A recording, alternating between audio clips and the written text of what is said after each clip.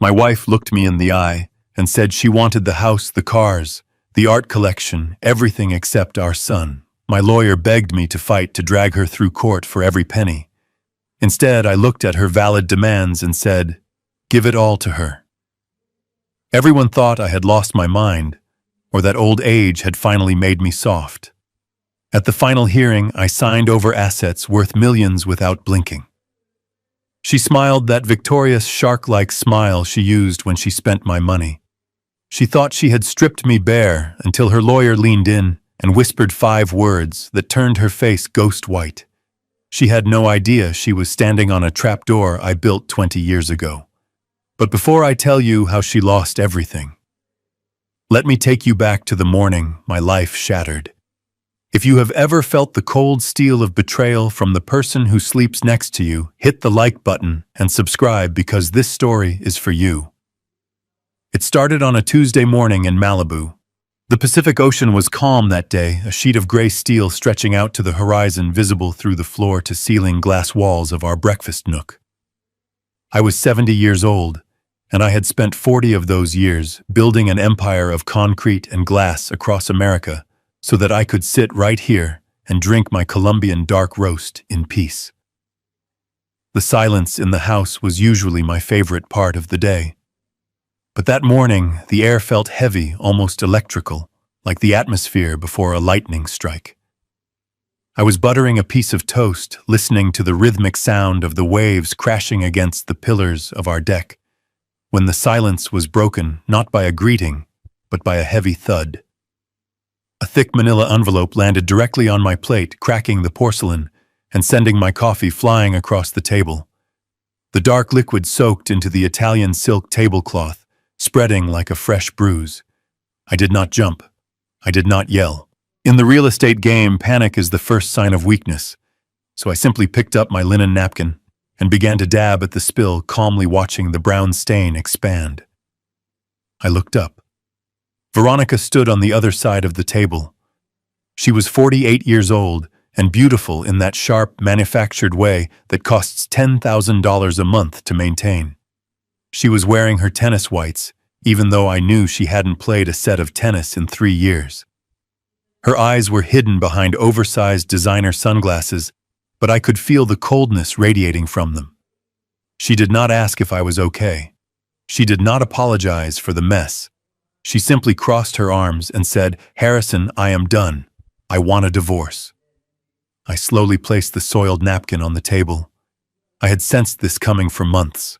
The late nights, the whispered phone calls, the way she pulled away every time I tried to touch her hand. But hearing it out loud still felt like a punch to the gut. I took a breath and asked her what brought this on. She laughed a dry, humorless sound. "Look at you, Harrison. You are old. You are tired. You want to sit here and watch the waves and talk about history. I am still young. I have life to live, and I am tired of playing nursemaid to a man who is past his prime. I want my freedom." I nodded slowly, processing her words. She was right about the age gap. I never hid my age. When we married 10 years ago, she said she loved my maturity. She said she loved my wisdom. Now it seems she only loved the lifestyle my maturity could afford. I asked her what she wanted. She pointed a manicured finger at the envelope on the table. "It is all in there. My lawyers drafted it last night. I want this house in Malibu. It is my style, not yours anyway. I want the penthouse in Tribeca because I need a base in New York for Fashion Week. I want the vintage Porsche collection because, frankly, you are too slow to drive them anymore. And I want a lump sum cash settlement of $5 million. I looked at the house around me. This structure of steel and glass was worth $15 million easily. The penthouse was worth another 10. The cars were priceless. She was asking for nearly 80% of my liquid assets and property. She was trying to skin me alive. Most men would have exploded. They would have thrown the table over. They would have screamed about loyalty and gratitude. But I am not most men. I learned a long time ago that in a negotiation, the person who speaks first loses, and the person who shows emotion dies. I looked at the coffee stain, which had stopped spreading. I asked her a simple question. A question that should have been the first thing on her mind. What about Leo? Leo was our 16-year-old son. He was a quiet, sensitive boy who loved music and books more than business. He had my eyes and, unfortunately, his mother's insecurity. He worshipped Veronica, always trying to get her attention, always trying to be the cool son she wanted, but she always treated him like an accessory that had gone out of style. Veronica sighed, the kind of sigh one makes when asked to do a tedious chore like taking out the trash. She adjusted her sunglasses and said, "That is the other thing, Harrison. You keep him." The air left the room. I felt my hands curl into fists under the table. I asked her to repeat herself, hoping I had misunderstood. She shrugged casually, picking at a piece of lint on her pristine white skirt. I said, "You keep the boy." Leo is 16, Harrison. He is practically an adult. He is moody. He is socially awkward, and frankly, he is depressing to be around. He drags me down. I am starting a new chapter, a vibrant, exciting chapter. I cannot be dragging a brooding teenager around Europe. He is too much like you. He is heavy. My heart hammered against my ribs, not from fear, but from a rage so cold it burned. She was discarding our son like he was a piece of furniture that didn't match her new decor. She wanted the house, the cars, the money, but the flesh and blood. Human being we created was just baggage. At that exact moment, the sliding glass door to the patio slid open. Leo was standing there. He was wearing his oversized headphones around his neck, holding a book. His face was pale. He had heard. He had heard his mother call him a burden. He had heard her trade him for a penthouse. Leo looked at her, his eyes wide with a mixture of shock and devastation. He didn't say a word. He just looked at the woman who had given birth to him, waiting for her to say, it was a joke, waiting for her to say she didn't mean it. Veronica turned and saw him. For a split second, I thought she might show shame. I thought she might try to cover it up. But she didn't. She looked at him with the same indifference she showed the spilled coffee. She said, "Do not look at me like that, Leo. It is not a tragedy. Your father has plenty of money. He will hire the best nannies or tutors or whatever you need. You will be better off with him. I am not cut out to be a mother anymore. I have done my time." Leo dropped his book. It hit the deck with a hollow slap. He looked at me, his eyes filling with tears, and then he turned and ran. He ran down the steps toward the beach, disappearing behind the dunes. I stood up. The chair scraped loudly against the floor. For the first time in 20 years, the mask of the calm businessman slipped. I looked at Veronica, and I saw her for what she truly was. Not a wife, not a partner, not even a mother. She was a parasite, a creature that attached itself, fed until it was full, and then moved on, leaving a hollow shell behind. She checked her diamond watch, a watch I bought her for our 5th anniversary. "I have a brunch appointment at the club," she said, adjusting her bag. "Have your lawyers call my lawyers, Harrison. Let's make this quick. I want to be in New York by the weekend." She turned and walked out of the kitchen, her tennis shoes squeaking on the marble floor. She didn't look back at the beach where her son was crying. She didn't look back at the husband she was destroying. She just walked out into the California sunshine, thinking she had won the lottery. I stood alone in the silence of the $15 million house she claimed was hers. I looked at the coffee stain on the silk. Ruined. Just like this marriage. Just like this life I thought I had built. But as I watched her car pull out of the driveway, a strange calm settled over me. It was the calm of a general who realizes the enemy has just made a fatal mistake. She had attacked my money, and I could have forgiven that. She had attacked my pride, and I could have ignored that. But she had attacked my son. She had broken his heart and called him garbage, and that was a declaration of war. I picked up my phone. I did not call a therapist. I did not call a friend to cry on their shoulder. I dialed the number of Sarah Jenkins, my attorney, a woman who was known in legal circles as the Iron Maiden. She answered on the first ring. "Harrison, good morning." I spoke quietly, but my voice was as hard as the granite countertop. "Sarah, I need you to prepare divorce papers. Veronica wants everything. The Malibu house, the New York apartment, the cars." Sarah gasped. "Harrison, we will fight her. We will bury her. She will not get a dime." "No, Sarah," I said, my eyes fixed on the spot where my son had disappeared. "You are going to draft the agreement exactly as she wants it. Give her the house. Give her the apartment. Give her the cars. Give her every single thing she asked for." "Harrison, have you lost your mind?" Sarah shouted. "Do it," I said, cutting her off. "But I want one clause added. Just one. And it must be non-negotiable. She must sign away all parental rights and all future claims to any assets connected to Leo. Total severance." There was a silence on the line. Then Sarah spoke, her voice confused. "Harrison, you are handing her an empire for nothing." I looked out at the ocean. The tide was going out, pulling everything with it. "I am not handing her an empire, Sarah," I said. "I am handing her a rope. She just doesn't know it yet. Get the papers ready. I want this done fast." I hung up the phone. I walked out to the deck and looked down at the beach. I saw Leo sitting on a piece of driftwood, his head in his hands. I walked down the stairs, my old knees aching with every step. I sat down beside him. I didn't say anything. I just put my arm around his shaking shoulders and held him while he cried for the mother who had just thrown him away. And as I held him, I made a promise to the universe. Veronica Clark thought she was taking everything. She thought she was walking away with the kingdom. But she had forgotten the most important rule of real estate. Always check the foundation, because she didn't know that the ground she was so eager to stand on didn't belong to her. It never had. And when the time was right, I was going to pull it out from under her feet and watch her fall. Leo stood frozen in the frame of the sliding glass door, and the silence that followed Veronica's declaration was heavy enough to crush bones. He looked small for 16.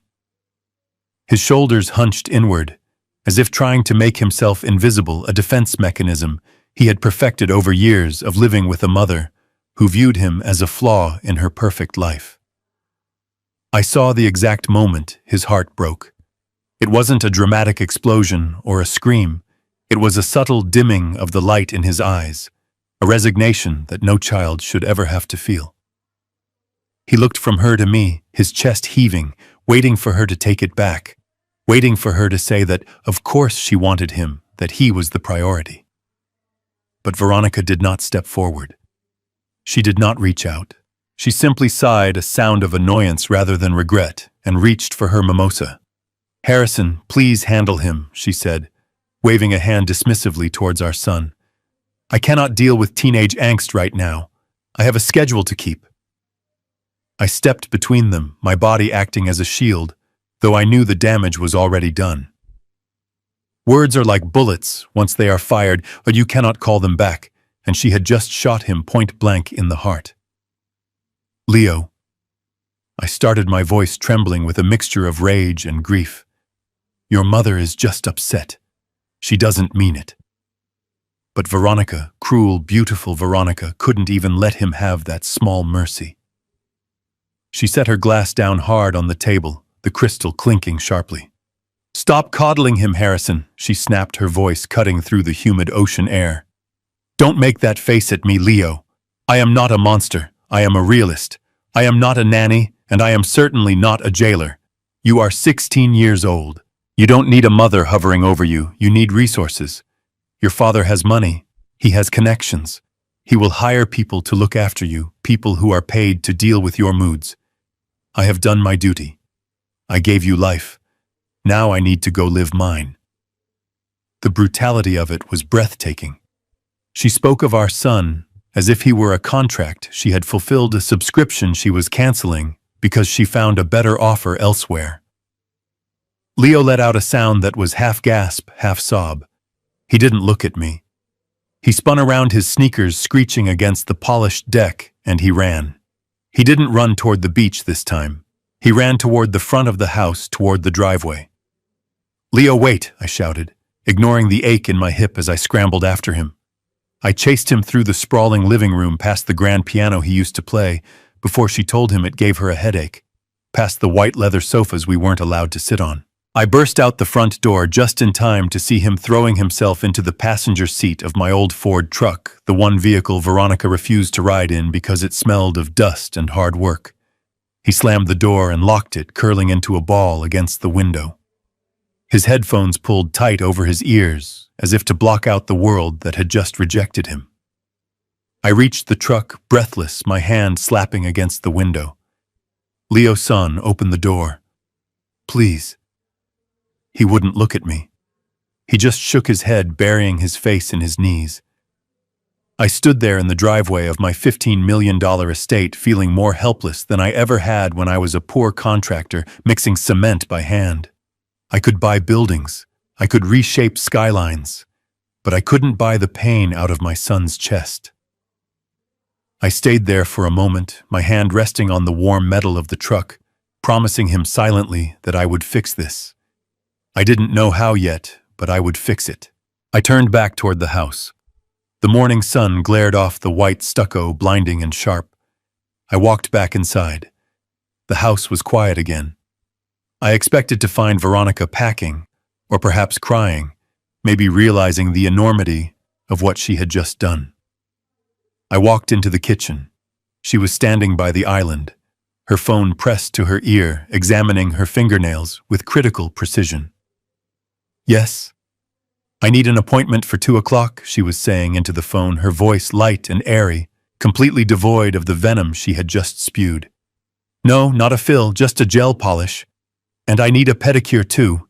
I am going to New York this weekend, and I need to look perfect. Yes, charge it to the black card." She looked up and saw me standing there. She didn't flinch. She didn't hang up. She just pointed to the coffee stain on the table and mouthed the word mess before turning her back to me to continue her conversation about cuticle oil. That was the moment. That was the exact second. The last ember of affection I held for her turned into cold, gray ash. It wasn't the greed. I was used to greed in my business. It was the absolute sociopathic indifference. She had just orphaned her son emotionally, and her biggest concern was the shade of her toenail polish. I didn't say a word. There was nothing left to say to her. I walked past her, past the smell of her expensive perfume, which now smelled like decay to me, and went straight to my study. I closed the heavy oak door and locked it. This room was my sanctuary. It was lined with books and blueprints, the history of my life's work. I sat down behind my desk, the leather chair creaking familiarly. My hands were shaking not from age but from the adrenaline of pure focused fury. I reached for the secure landline I kept for business dealings that required absolute discretion. I dialed Sarah Jenkins. She picked up on the second ring. "Harrison. I was just reviewing the preliminary asset list. We have a strategy meeting scheduled for Thursday, but given the circumstances, I think we should—" "Stop," I said. My voice sounded strange to my own ears, flat and metallic. "There will be no strategy meeting, Sarah." "Harrison, what happened?" she asked, her tone shifting instantly from lawyer to friend. "She told Leo," I said, staring at the wall where a framed photo of my son hung. "She told him to his face that he was a burden. She told him I should hire people to deal with him because she was done. She is booking a manicure right now, Sarah. She is in the kitchen booking a manicure while our son is crying in the driveway." There was a silence on the line, heavy and stunned. Sarah had known us for years. She knew Veronica was difficult, but this was a new level of depravity. "My God, Harrison," Sarah breathed. "I am so sorry. We will destroy her. I will file for full custody on grounds of emotional abuse. We will tie her up in litigation for years. She won't see a dime of alimony." "No," I said, cutting her off. That is the old way. That takes too long. Leo needs this over now. He needs her out of his life before she can do any more damage. Then what do you want to do? Sarah asked. I took a deep breath, looking at the safe in the corner of the room. The safe that held the documents Veronica thought were just boring old deeds and contracts. Prepare the settlement agreement, I commanded. Give her everything she asked for. The Malibu house, the Tribeca penthouse, the vintage Porsches, the art collection, the liquid cash. Give it all to her. Harrison, you cannot be serious. Sarah shouted, her professional demeanor cracking. That is nearly 80% of your net worth. You are angry. You are not thinking clearly. You cannot just hand over $100 million worth of assets to that woman. I am thinking more clearly than I ever have in my life, I replied. I don't want to fight her for the house, Sarah. I want her to have it. I want her to have the keys in her hand. I want her to sign the papers thinking she has won the lottery. But why, Sarah asked, her voice trembling with frustration. Because I need her to sign one specific document, I said, leaning forward, my voice dropping to a whisper. In exchange for the assets, I want her to sign a full and irrevocable waiver of all parental rights and any future claim to Leo's estate or guardianship. I want her to legally sever herself from him. She wants freedom. I will give her so much freedom she will choke on it.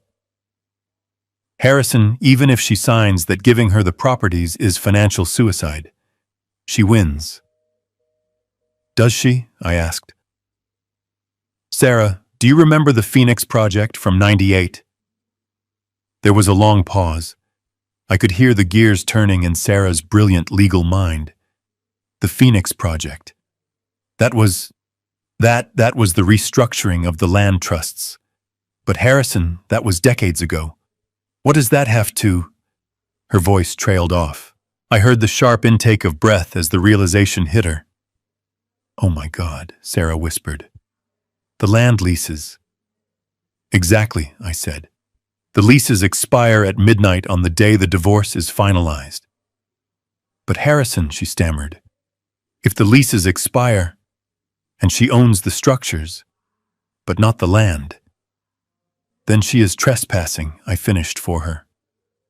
Sarah started to laugh. It was a nervous, incredulous laugh. Harrison, that is diabolical. She will be ruined. The tax implications alone. Do it, I said. Draw up the papers. Make them look standard. Let her lawyers think I am just a broken old man giving up. Let them think they crushed me. I want her to sign as fast as possible. I will have the draft ready by tonight. Sarah said, her voice now sharp with the thrill of the hunt. I hung up the phone. I stood up and walked to the window. Outside, down in the driveway, I could see the silhouette of my son sitting in the truck. I am not giving up, Leo, I whispered to the glass. I am just clearing the battlefield. I walked out of the study and back into the hallway. I could hear Veronica humming in the bedroom, the sound of zippers closing as she packed her designer suitcases. She was happy. She thought the war was over. She had no idea that I had just armed the bomb that would blow her world apart.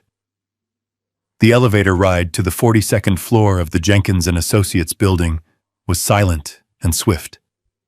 A silver bullet shooting straight into the sky.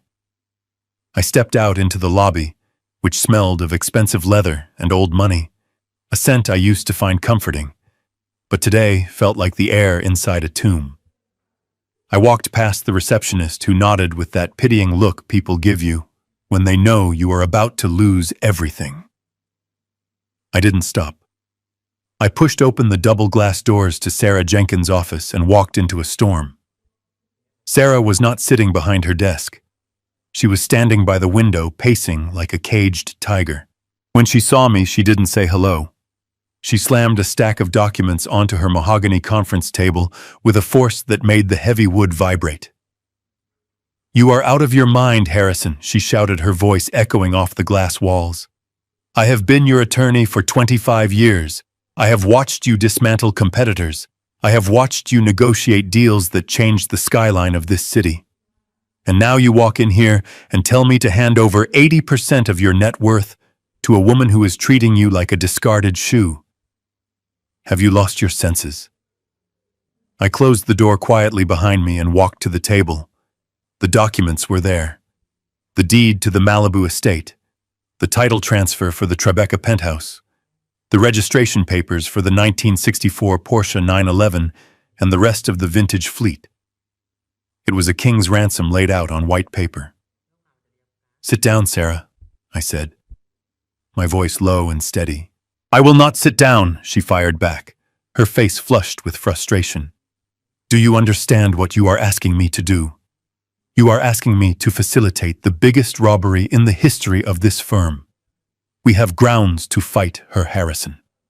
We can prove infidelity. I have investigators who can link her to that tennis instructor in West Hollywood. We can drag this out. We can force her to settle for a fraction of this. Why are you surrendering?" I pulled out the chair at the head of the table and sat down. I picked up the deed to the Malibu house. It felt heavy in my hand. I looked at the legal description of the property, the metes and bounds that defined the boundaries of my home. "I am not surrendering, Sarah," I said, looking up at her. "I am concluding a business transaction." "Business transaction," she scoffed, throwing her hands in the air. "She is taking you for everything. The house alone is worth $15 million. The art inside is worth another $5 million. The cars, the New York property. Harrison, this is generational wealth you are signing away. And for what? To get her out of your hair a few months sooner." "No," I said. "To get her out of Leo's life forever." Sarah stopped pacing. She leaned her hands on the table and looked at me, her eyes searching mine for some sign of the man she used to know. "Harrison," she said, her voice softer now, but still urgent. "I drafted the waiver you asked for, the one where she relinquishes all rights to Leo. But you don't need to give her $100 million to get her to sign it. She doesn't want the boy. She told you that. She will sign it for a lot less." "She might," I admitted. "Or she might use him as leverage. She might realize that Leo is the only thing I truly care about, and she might hold his custody hostage to squeeze more money out of me later. She might drag him through court appearances and custody evaluations just to spite me. I cannot risk that, Sarah. I need her to sign that waiver today. I need her to look at this pile of assets and be so blinded by greed that she doesn't even read the fine print regarding her son. I need her to think she has won so completely that she doesn't look over her shoulder." Sarah shook her head, sinking into her chair. "It is reckless, Harrison. It is emotional. You are letting your heart make financial decisions, and that is the first rule you taught me never to do." I stood up and walked to the floor-to-ceiling window. Chicago lay spread out below us, a grid of gray and steel under a flat winter sky. I looked down at the tiny cars moving like ants on the highway. I remember when I bought my first major plot of land in the 80s, I said, keeping my back to her. It was a swamp in Florida. Everyone told me it was worthless. The seller was laughing when he signed the deal. He thought he had scammed a young, naive developer. He thought he had unloaded a burden on a fool. I turned back to face her. He didn't know that I had seen the municipal surveys. He didn't know the state was planning to build a highway interchange a mile away. He was so busy counting his small victory that he didn't see the empire I was about to build on that mud. Sarah stared at me, her brow furrowed. "What is your point, Harrison?" "My point is that sometimes to trap a big beast you have to use the biggest bait," I said. "You cannot catch a shark with a worm, Sarah. You have to throw a side of beef in the water. You have to let the shark think it is feeding. You have to let it taste the blood." She looked down at the papers. "This isn't a side of beef, Harrison. This is the whole cow.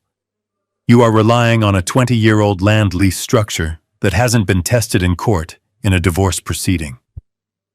If the judge decides that the house and the land are inseparable because of the duration of the marriage, you lose.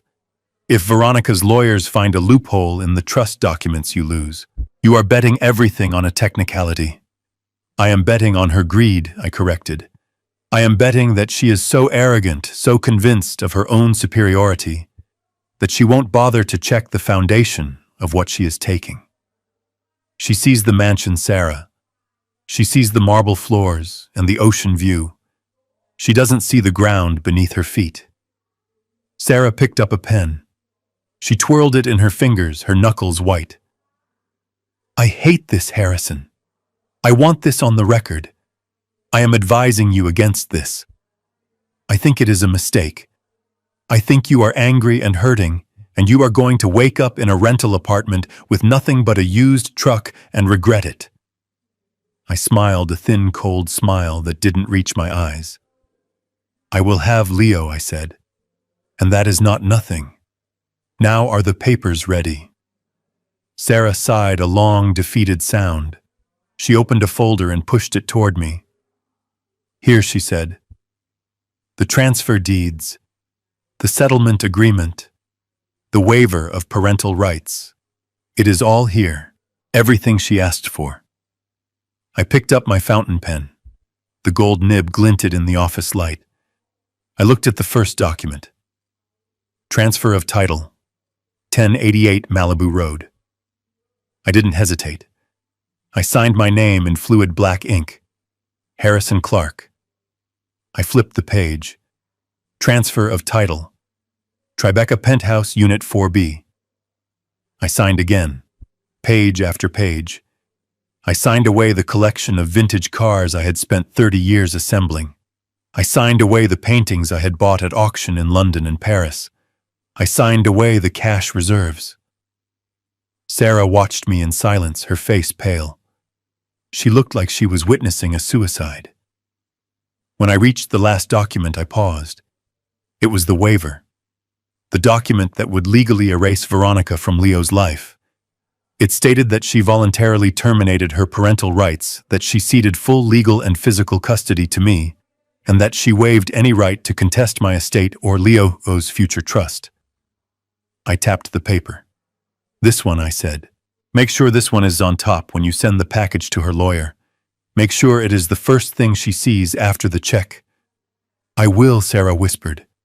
I capped my pen and placed it on the table. The sound was like a gavel striking. It is done, I said. Send it to Richard Sterling. Tell him I capitulated. Tell him I am old and tired and I just want it to be over. Tell him he won. Sarah gathered the papers, her hands shaking slightly. You are a terrifying man, Harrison Clark, she said. I buttoned my jacket and walked toward the door. Not yet, Sarah, I said without looking back. Not yet. But I am about to be. I walked out of the office and back into the elevator. As the numbers counted down, I felt a strange lightness in my chest. I had just given away my fortune. I was technically poorer than I had been since I was 22 years old. But as I walked out into the cold Chicago wind, I didn't feel poor. I felt dangerous. I pulled my phone from my pocket and dialed a number I hadn't called in years.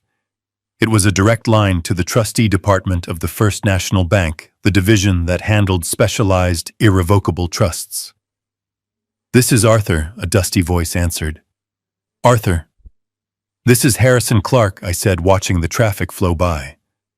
Mr. Clark, it has been a long time. It has, I said. I am calling to confirm the status of the Phoenix Trust, specifically the ground leases for the Malibu and New York properties. There was a typing sound on the other end. Yes, I have the file right here. The leases were established in 1998 with a 25-year term. And the expiration date I asked, though I knew the answer by heart. Arthur paused. They expire tomorrow at midnight, Mr. Clark. Would you like to initiate the renewal process? The terms allow for a renewal at fair market value or... No, Arthur, I cut him off. Do not renew them. There was a silence on the line. I beg your pardon, Mr. Clark. If you do not renew, the trust is legally obligated to issue an eviction notice or demand a new lease at current commercial rates. the improvements on the land, the houses. They become liabilities to the structure owner if they don't have a valid ground lease. I know, Arthur, I said, watching a seagull fight against the wind. That is exactly the point. Prepare the notices. I want them served at 1 minute past midnight tomorrow. But sir, who is the current owner of the structures, the notice must be served to the title holder of the house. As of this afternoon, I said, my voice cold and satisfied. The owner is Veronica Clark. Send the bill to her. I hung up the phone. The trap was set. The bait was taken. Now all I had to do was wait for the snap.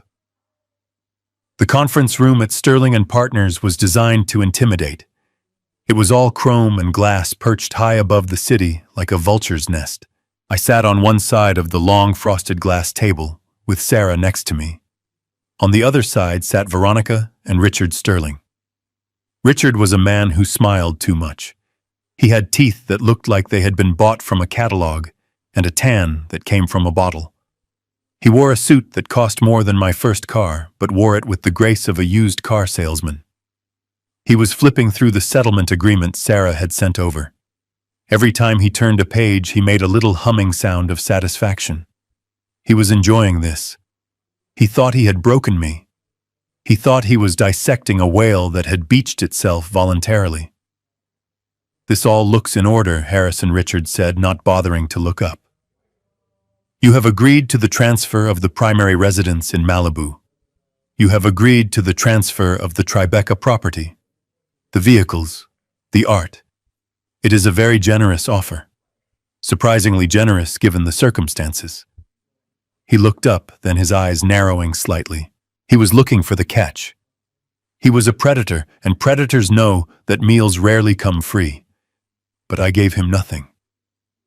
I sat with my hands folded on the table, my face a mask of weary resignation. I just want this over, Richard, I said. I am 70 years old. I don't have the energy for a war. I want peace.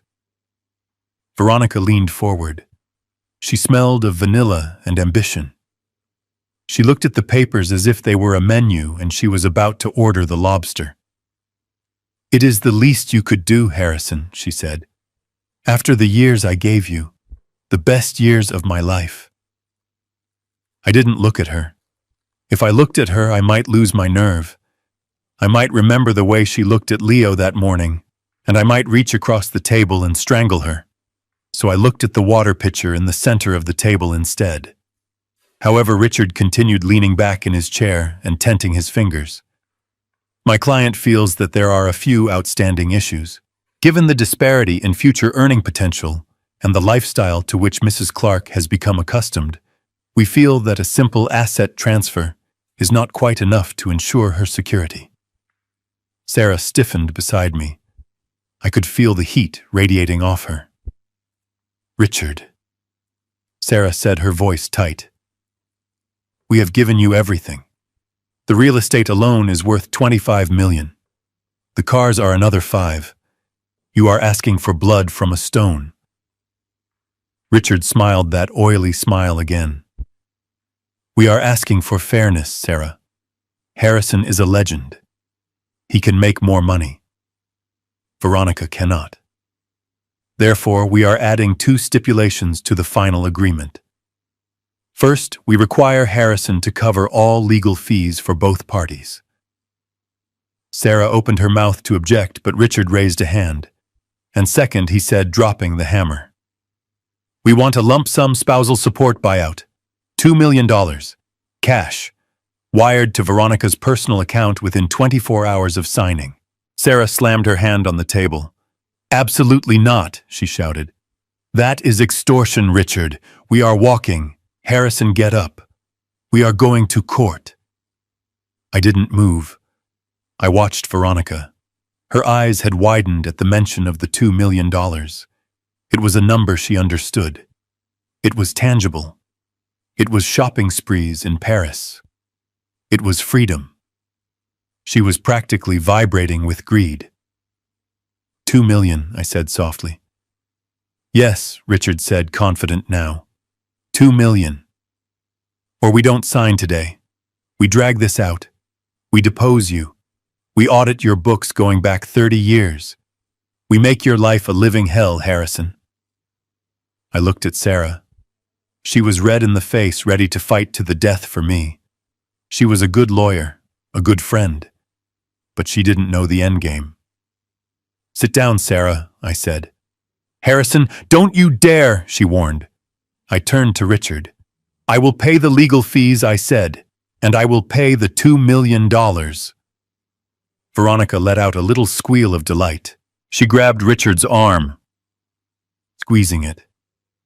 Excellent, Richard said, pulling a pen from his pocket. Then we have a deal.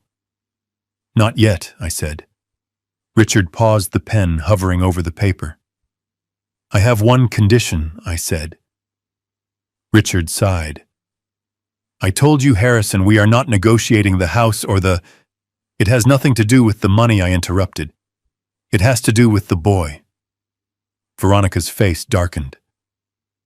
What about him? I reached into my briefcase.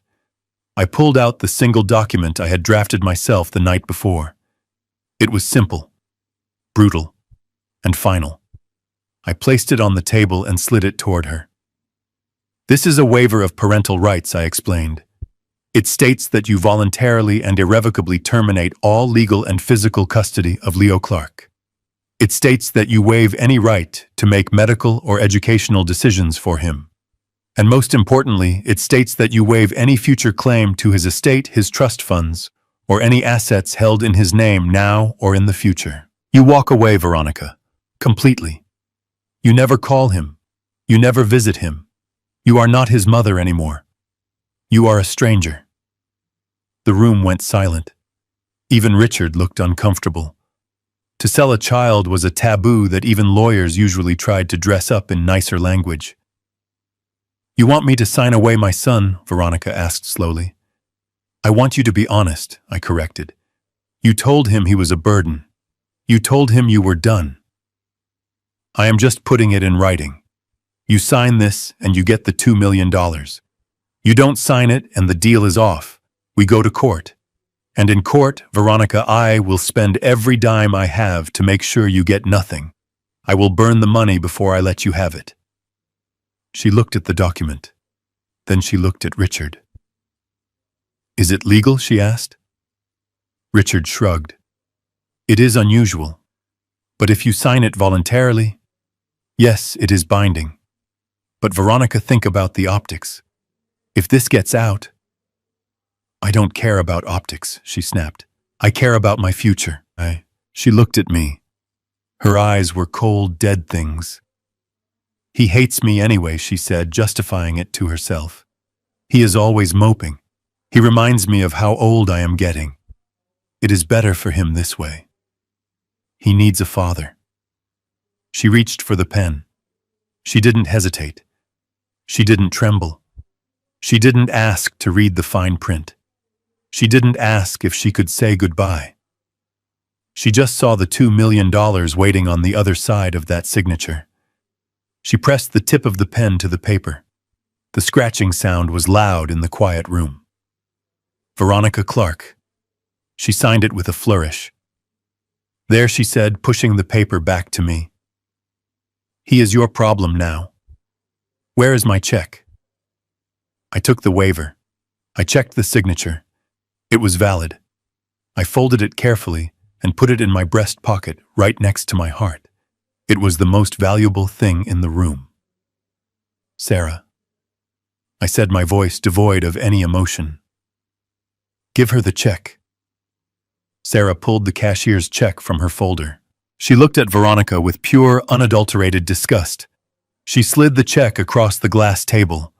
Veronica snatched it up. She stared at the zeros.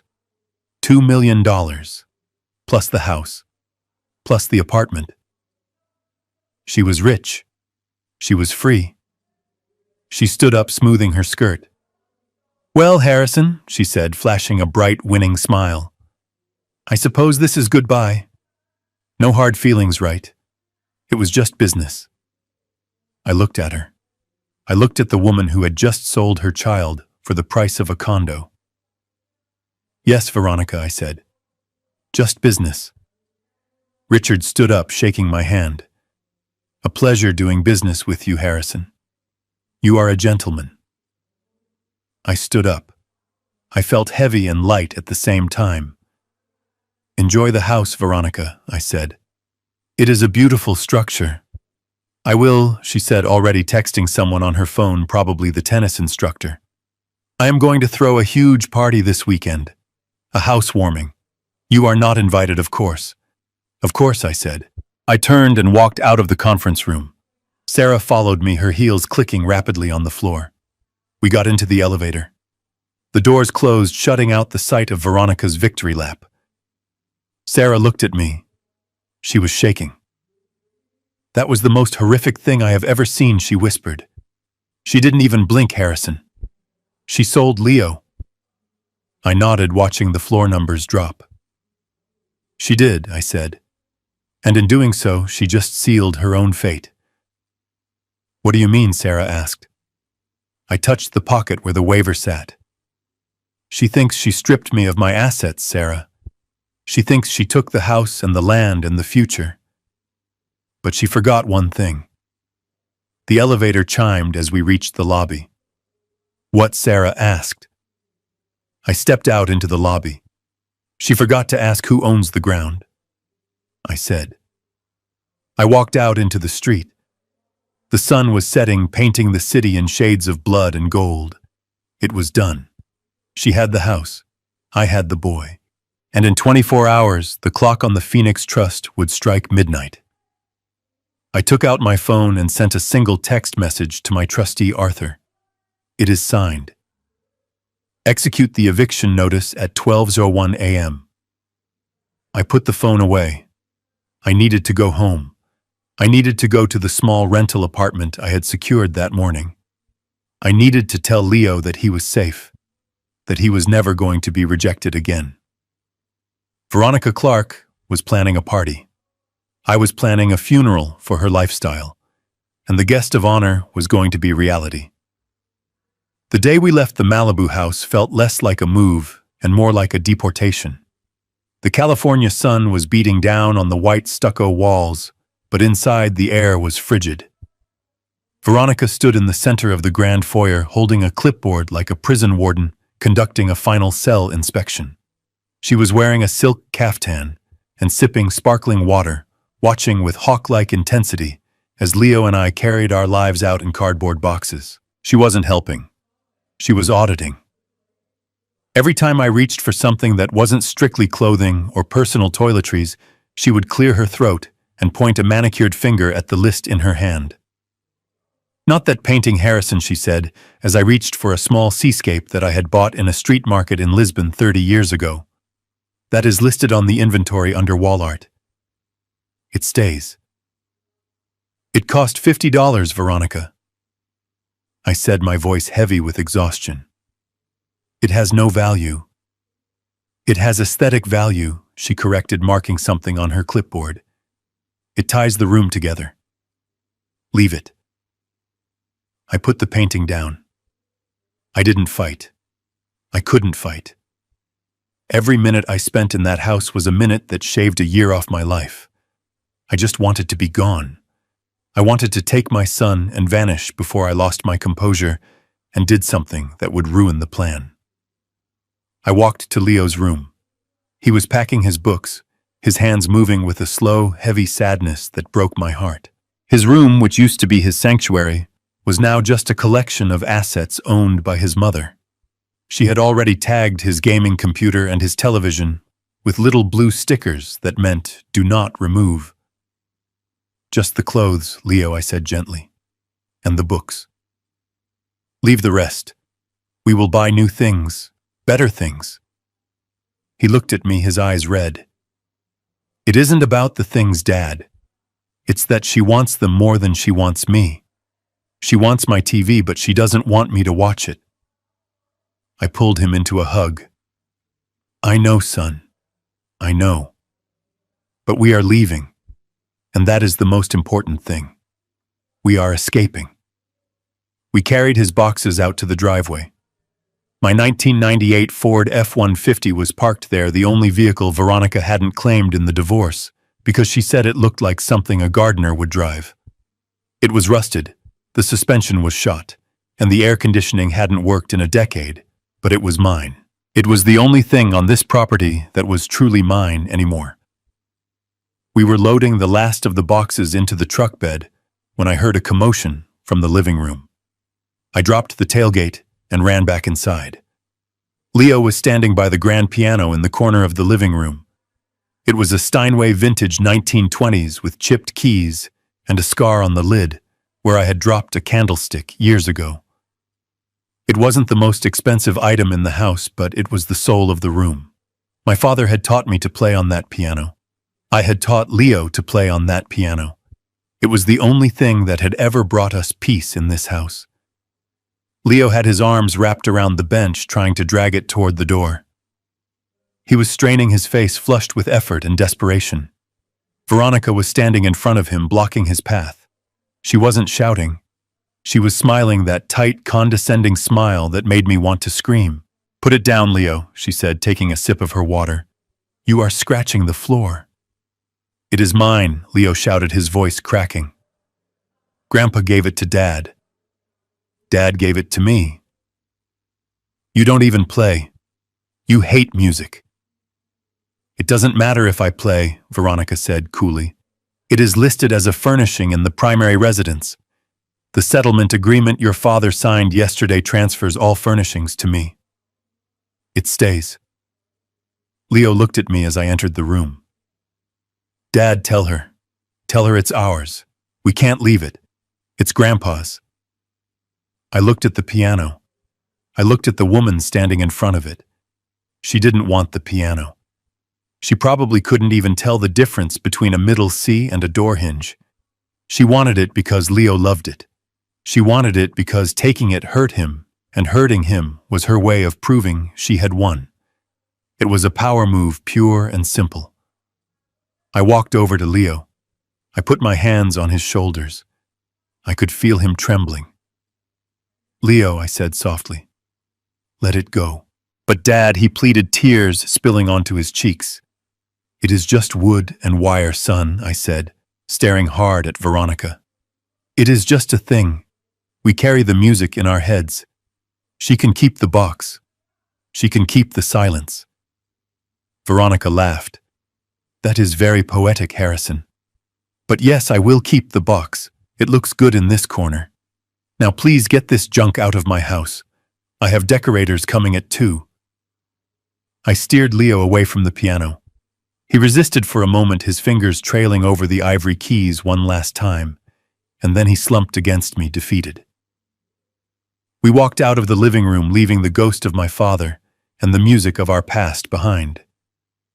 We walked out the front door into the blinding heat. We climbed into the old truck. The cab smelled of stale coffee and gasoline, a stark contrast to the lavender-scented air of the mansion. I started the engine. It coughed, sputtered, and then roared to life with a defiant growl. Veronica stood in this doorway, framed by the massive oak columns. She looked like a queen surveying her conquered lands. She waved a tiny mocking flutter of her fingers. "Goodbye, boys," she called out. "Don't be strangers. Actually do. It is better for everyone." I put the truck in gear. I didn't wave back. I didn't flip her off, though the urge was strong. I just looked at her one last time. I looked at the house she was so proud of.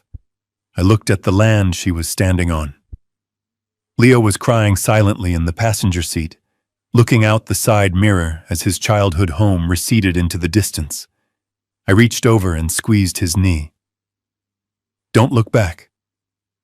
"Leo," I said, "we are not going that way." The heavy iron gates of the estate swung shut behind us with a final metallic clang. We were out. We were homeless in a sense.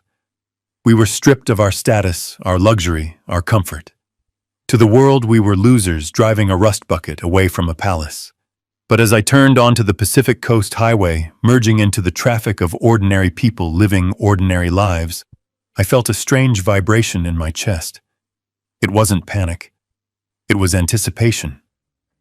I glanced at the digital clock on the dashboard. It was 11 a.m.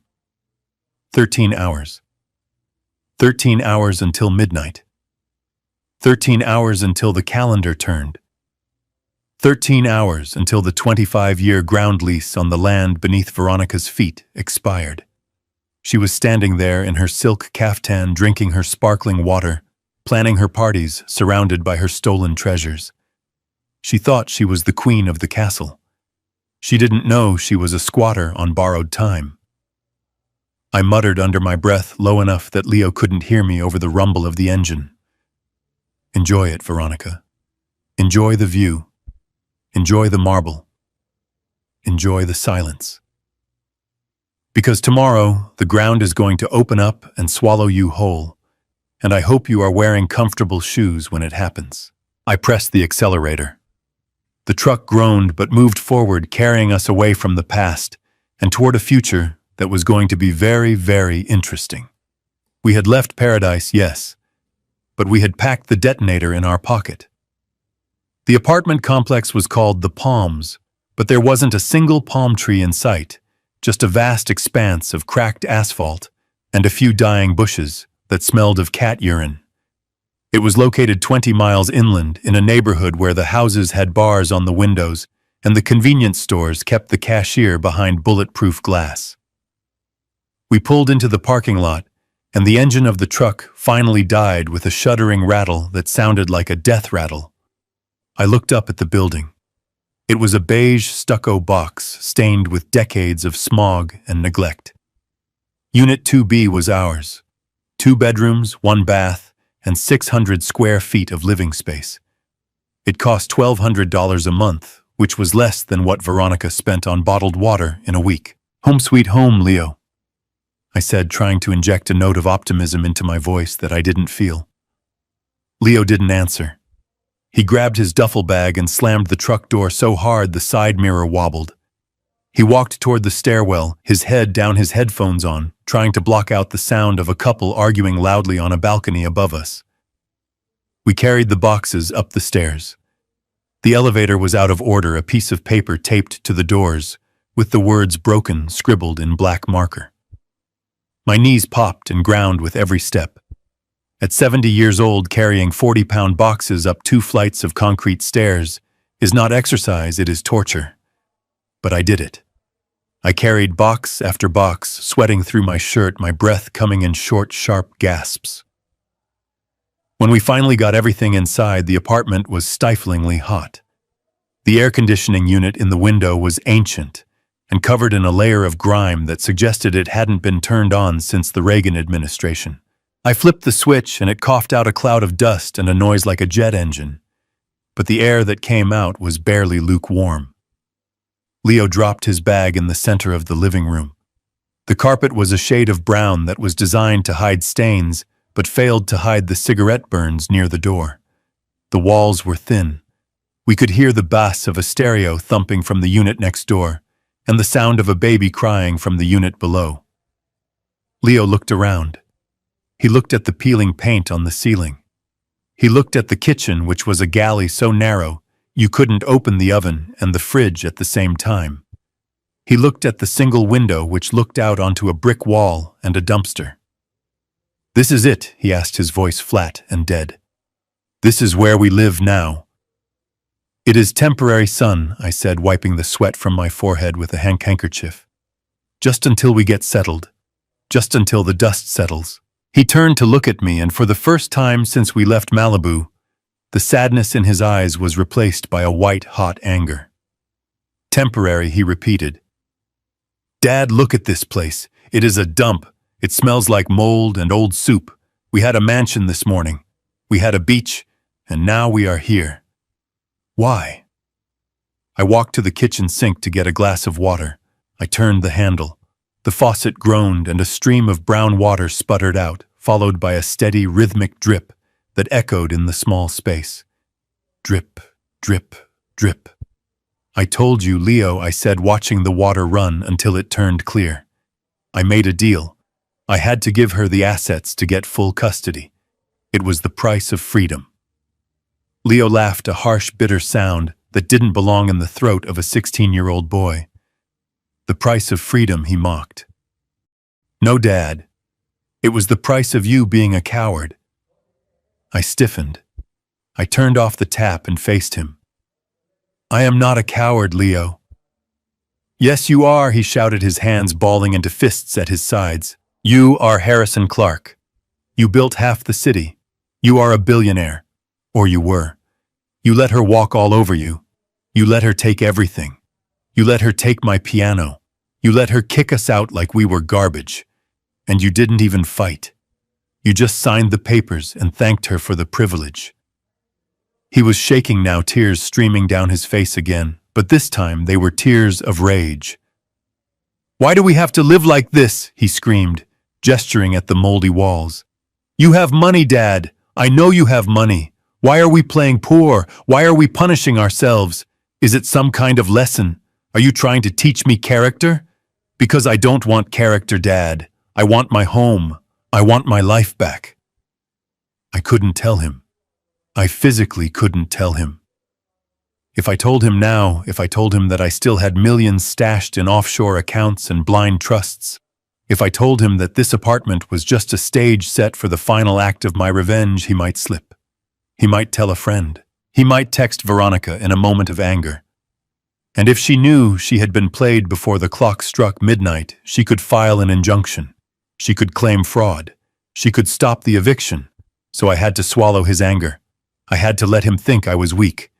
I had to let him hate me. It is complicated, Leo, I said softly. Liquid assets are tight right now. The divorce froze a lot of things.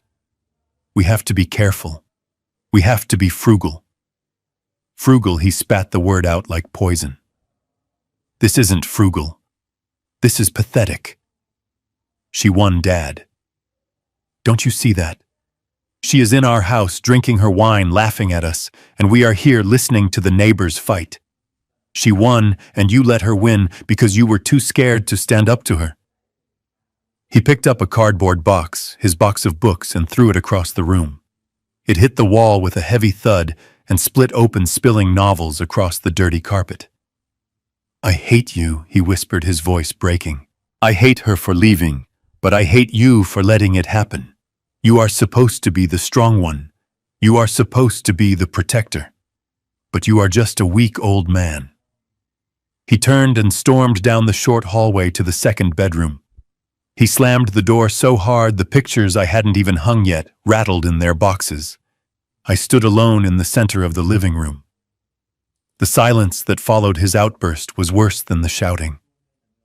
I could hear his muffled sobs through the thin drywall. Every sob was a knife in my chest. To be called a coward by your own son, to see the disappointment in his eyes. It was a price higher than any check I had ever written. I walked to the window and looked out at the alley. A stray cat was picking through the garbage in the dumpster. I felt a kinship with it, scavenging for survival in a world that didn't care. I was hungry. I hadn't eaten since the toast I didn't finish that morning. I walked to the small refrigerator we had brought with us. It was empty, except for a pack of bologna, a loaf of white bread, and a jar of mustard I had bought at a gas station on the way here. I took out 2 slices of bread. They were dry. I peeled the red plastic casing off a slice of bologna. I spread the yellow mustard with a plastic knife because we hadn't unpacked the silverware yet. I stood at the counter and ate the sandwich. It tasted of salt and preservatives and poverty. Drip, drip, drip. The kitchen faucet was still leaking. It was a small thing, a washer that had worn out, a seal that had broken. But in the silence of the apartment, it sounded like a drumbeat. It was the sound of neglect. It was the sound of a life falling apart. I put the half-eaten sandwich down. I couldn't swallow it. I walked over to the toolbox I had brought in from the truck. It was an old red metal box, heavy and scratched, the same one I had used when I started my construction business 45 years ago. I opened it, and the smell of oil and metal wafted up a scent that reminded me of who I used to be. Before the suits, before the boardrooms, before the billions. I was a man who built things. I was a man who fixed things. I took out a wrench and a screwdriver. I walked to the sink. I didn't call a plumber. I didn't call a superintendent. I knelt down on the linoleum floor, my old knees protesting against the hard surface. I crawled under the cabinet into the dark, tight space beneath the sink. I turned off the water valve. I disassembled the faucet. I found the worn-out washer. It was brittle and cracked just like my marriage. I replaced it with a spare I kept in the box. I tightened the nuts. I checked the seals. My hands were covered in grease. My back ached. I was 70 years old, and I was lying on the floor of a cheap apartment, fixing a plumbing fixture that wasn't even mine. But as I worked, the noise in my head quieted. The pain in my chest eased just a fraction. This was a problem I could solve. This was something broken that I could make whole again. I crawled out from under the sink and turned the water back on. The stream was steady. I turned the handle off. Silence. No drip. No leak. It held. I washed my hands in the sink, scrubbing the grease from my knuckles with dish soap. I looked at my reflection in the dark window glass. I looked tired. I looked old. I looked exactly like the beaten man Veronica thought I was. But as I dried my hands on a paper towel, I glanced at my watch. 6 p.m., 6 hours left. Leo was crying in his room, thinking his life was over. Veronica was likely drinking champagne in Malibu, thinking her life had just begun. And I was here eating bologna and fixing pipes. Let them think I am broken, I thought. Let them think I am weak. Let Leo hate me for a night. It will make the redemption that much sweeter. I turned off the kitchen light, leaving myself in the darkness. I sat down on one of the unopened boxes and waited. I was good at waiting. I had waited 20 years for the market to turn. I had waited 10 years to buy the right parcel of land. I could wait 6 hours for the axe to fall. The ground beneath Veronica's feet was already trembling. She just couldn't feel it yet. But soon, very soon, she would feel nothing else. 2 weeks of living in the apartment had turned my hands rough and my patience thin. The faucet was fixed, but the walls still smelled of despair, and every morning I woke up to the sound of Leo trying to be quiet in the kitchen, making instant oatmeal with water because we were rationing the milk. It was a performance, a necessary theater of poverty, but that didn't make the reality of it any less grinding. I needed to maintain the illusion of total defeat just a little longer. I decided it was time to make an appearance in my old world. I put on my best suit. It was a charcoal gray Italian cut that used to fit me like armor, but now hung a little loose on my frame after weeks of stress and skipped meals. I drove the rusted Ford truck to the Coastline Club. It was the kind of place where deals were made over lobster thermidor, and the valet parking cost more than my current weekly grocery budget. I was meeting George, a city zoning commissioner I had known for 30 years. He was one of the few people who returned my calls after the news of the divorce settlement hit the grapevine. The valet looked at my truck with open disdain. He hesitated before taking the keys, as if he was afraid the rust might be contagious. I handed him a $5 bill, which was all I had in my pocket, and walked inside. The air conditioning hit me like a wall of money. The smell of truffle oil and expensive perfume filled my lungs, reminding me of everything I had voluntarily walked away from. I sat at a corner table with George. He looked uncomfortable. He kept checking his watch and glancing around the room, as if being seen with me might damage his credit rating. We ordered lunch. I ordered the soup. George ordered the steak. "So Harrison," George said, cutting into his meat, "I heard about the settlement. Total capitulation. That does not sound like you." I took a sip of water. "I am tired, George. I just wanted to ensure Leo was taken care of. I wanted a clean break." George shook his head. "You gave her everything, Harrison. The rumor is you are liquidating assets just to pay the legal fees. People are saying you lost your touch, that you went soft. Let them talk, I said. Reputation is a currency, George, but peace of mind is an asset. We finished the meal in awkward silence. When the check came, I reached for my wallet. It was a reflex. For 40 years, I had always paid the check. It was a power move. It was habit. I pulled out my black Centurion card, the heavy titanium rectangle that used to open any door in the world. I handed it to the waiter. He took it with a smile and walked away. 2 minutes later, he returned. The smile was gone. He leaned down and whispered in a voice that was meant to be discreet, but sounded like a shout in the quiet restaurant. I am sorry, Mr. Clark. The card was declined. I felt the blood rush to my face. Of course it was declined. The accounts were linked to the assets I had transferred.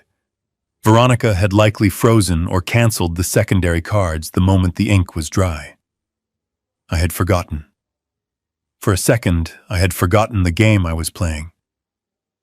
I have another card, I mumbled, patting my pockets, knowing full well I didn't. I left my wallet in the "Do not bother, Harrison." The voice came from behind me. It was sharp and amused and familiar. I froze. The restaurant seemed to go silent. I turned around. Veronica was standing there. She looked radiant. She was wearing a new Chanel dress that I knew cost $6,000. Her hair was lighter, her skin glowing with expensive treatments. She looked like a woman who had just won the lottery, which essentially she had. Standing next to her was a man who looked like he had been manufactured in a gym. He was maybe 25 years old, with bleached blonde hair and a tennis shirt that was unbuttoned, one too many buttons. He was holding Veronica's hand, his thumb stroking her knuckles possessively. This was the tennis instructor, the man she was spending my fortune on. Veronica looked at the waiter and then at me. Her eyes were dancing with malice. "Put it on my tab," she said, waving her hand dismissively. "My husband, ex-husband, is having a bit of a liquidity crisis." The waiter looked uncomfortable. "Yes, Mrs. Clark. Thank you." She turned her gaze back to me. She looked me up and down, taking in the loose suit, the tired eyes, the gray stubble on my chin. She stepped closer, bringing a cloud of familiar perfume with her. "You look terrible, Harrison," she said loud enough for the tables nearby to hear. "I heard you are living in some squalid apartment complex inland." "Is that true?" I stood up. I wanted to maintain my dignity. "I am fine, Veronica," I said. "Thank you for lunch. I will pay you back." She laughed, and the tennis player laughed with her, a hollow, sycophantic sound. "Don't be silly," she said, reaching out and patting my cheek. "Consider it charity, a donation to the poor. Honestly, Harrison, it is pathetic. You used to be a titan. Now look at you. You can't even buy a bowl of soup." The restaurant was deadly quiet now. Everyone was watching. My old business partners, my social acquaintances, the people who used to beg for my time. They were all watching the old lion being kicked by the hyena. I looked at her hand on my face. I looked at the boy toy she had bought with my money. I looked at the smug satisfaction in her eyes. She thought this was the victory lap. She thought this was the moment she crushed me completely. I stepped back, breaking her touch. "You are very generous, Veronica," I said, my voice steady. "Enjoy your lunch." I turned to George. "I am sorry about this, George." George didn't look at me. He was looking at his steak, suddenly finding it very interesting. "No problem, Harrison," he mumbled. "Good luck." I walked out of the dining room. I could feel their eyes on my back. I could hear the whispers starting, the laughter rippling through the room. I walked past the host stand, past the bar where people turned to stare. I walked out into the bright, blinding sunlight of the valet stand. The valet brought my rusted truck around. It sputtered and backfired, a loud gunshot sound that made a woman waiting for her Mercedes jump. I climbed inside. The seat was hot. The air was stale. I sat there for a moment, gripping the steering wheel until my knuckles turned white. The humiliation burned in my chest like acid. To be pitied, to be laughed at, to have my wife pay for my meal with my own money while her lover watched. It was a level of degradation I had never experienced. But then I took a breath. I let the anger settle. I let it crystallize into something cold and hard. She had just confirmed everything. She was arrogant. She was careless. She was so busy enjoying her power that she wasn't watching her feet. She was spending money she didn't technically have on credit lines, secured by assets she didn't fully control. I reached into the glove compartment and pulled out a burner phone. It was a cheap, prepaid device, untraceable and secure. I powered it on. I dialed a number I had memorized weeks ago. It rang once. Yes, a voice answered. It was Arthur, the trustee. I looked back at the restaurant entrance. I could see Veronica and her tennis player walking in laughing like royalty. It is time I said, my voice devoid of the shame I had just shown the world. Are you sure, Mr. Clark? Arthur asked. Once we initiate this, there is no going back. The notices will be filed with the county clerk immediately. The liens will be activated. The freeze on the ground assets will be absolute. I watched the valet parking a Ferrari. She just paid for my lunch, Arthur, I said. She called it charity. I understood, Arthur said. Initiating Phase 2. The eviction notices for the Malibu property and the New York penthouse will be served within the hour. The tax lien transfer notices for the land usage will follow by courier. Good, I said. And Arthur? Yes, sir. Make sure the process server knocks loudly. I want her to hear it over the sound of her own voice. I hung up the phone and snapped it shut. I threw it onto the passenger seat. I put the truck in gear and pulled out into traffic. The humiliation was gone. The shame was gone. All that was left was the cold, mechanical ticking of a clock that had just run out of time. Veronica thought I was pathetic. She thought I was finished. She didn't know that I was just the distraction. The real show was about to start, and the admission price was going to cost her everything she had. Back in the suffocating quiet of the apartment, I did not sleep. The humiliation at the restaurant had settled into a cold, hard knot in my stomach, but it was not fear, it was fuel. I waited until Leo's breathing in the next room evened out into the heavy rhythm of teenage sleep before I knelt down beside the stack of boxes in the corner. Veronica had supervised the packing with the eye of a vulture looking for carry-on, but she had only been looking for things that glittered. She wanted the silver, the crystal, the first editions. She had completely ignored the battered gray metal lockbox that I had kept under my desk for 20 years. To her, it looked like a container for tax receipts or old warranty manuals. To me, it was the nuclear football. I pulled the box onto the linoleum floor. It was heavy, dense with the weight of paper and secrets. I dialed the combination on the rusty tumbler. 3, 2, 9. It clicked open with a sound that felt loud in the small room. Inside there were no diamonds, no stacks of cash, just files. Manila folders worn soft at the edges, smelling of dust and time. I flipped past the birth certificates and the insurance policies until I found the one at the very back. It was labeled in my own handwriting from a quarter of a century ago. Project Phoenix, 1998. I opened the file and spread the documents out on the cheap laminate floor. Under the harsh light of the kitchen bulb, they looked innocuous, just pages of dense legal jargon and architectural surveys. But as I traced the lines on the site maps, I felt a surge of the old power returning. I was not just a 70-year-old man eating bologna sandwiches. I was Harrison Clark, the man who had reshaped the zoning laws of this city. 25 years ago, after my first marriage dissolved and took half my net worth with it, I made a vow. I swore that no one would ever take my foundation again. I realized then that ownership was an illusion if you didn't control the ground. So I had engaged in a complex and aggressive restructuring of my entire portfolio. I created a bifurcated ownership model. It was a strategy usually reserved for commercial skyscrapers or mobile home parks, not luxury residential estates. I picked up the trust deed. It was a beautiful piece of legal engineering. In 1998, I had transferred the physical land, the dirt, the sand, the bedrock of the Malibu estate, and the footprint of the New York building into an irrevocable trust. The trust was named Leo's Future Trust. I had appointed a corporate trustee to manage it effectively, removing the land from my personal assets. Then I had my personal holding company, which owned the physical houses, the wood, the glass, the marble sign, a 99-year ground lease with the trust. But there was a clause, a poison pill clause buried on page 47, section C, paragraph 4.